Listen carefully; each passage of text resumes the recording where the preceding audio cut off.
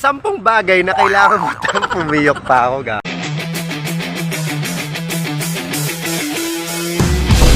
10 bagay na kailangan mong tandaan pag aatin ka ng binyagan. Number 1, kailangan huwag kang mali. Number 2, kailangan tama yung simbahan na pupuntahan mo.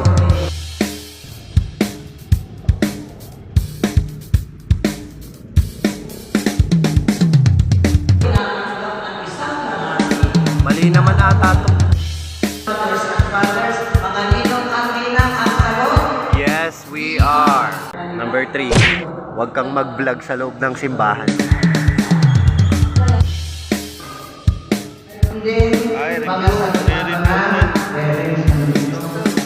At number 4, kailangan meron kang waway na ganito. Kakailanganin mo to sa init.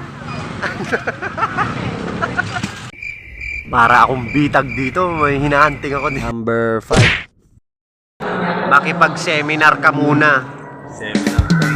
Seminar. Yes, we are.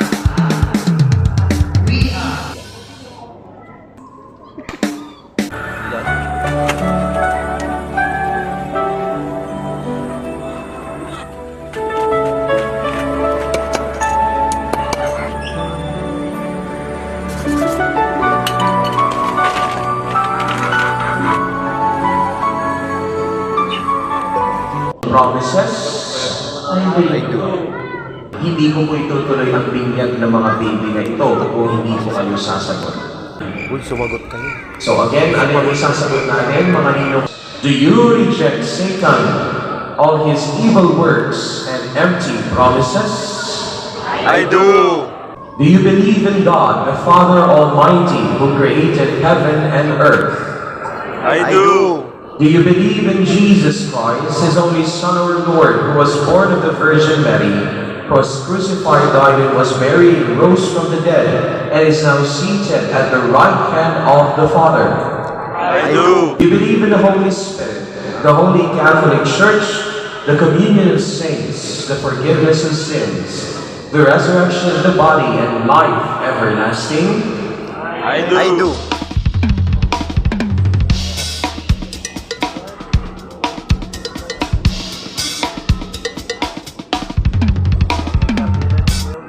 Sabi nila pag namatay daw tong kandila, di ka daw matutuloy na kumpare. Huwag ka na rin dumiretso sa reception. Bakit ganyan ang paghawak mo?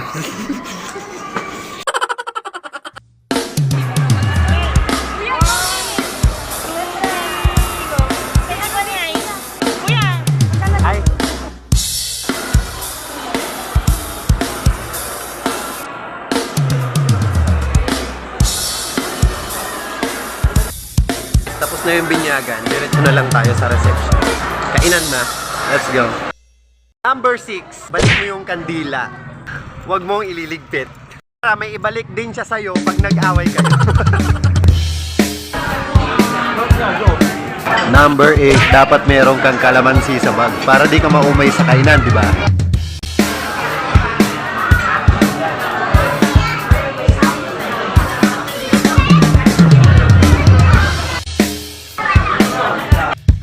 At number 10, kailangan meron kang ganito.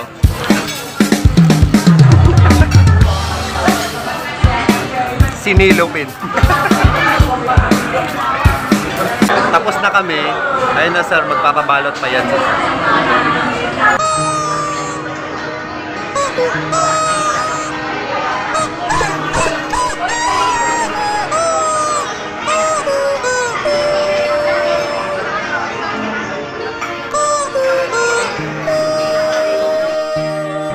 Guys, tapos na yung binyagan at nakahinga-hinga na rin ang lahat. Ay, may invitation tayo dumating. Number 10, kailangan may invitation ka bago ka pumunta sa binyag. Tapos na yung binyag. Saka pa lang nakuha yung invitation.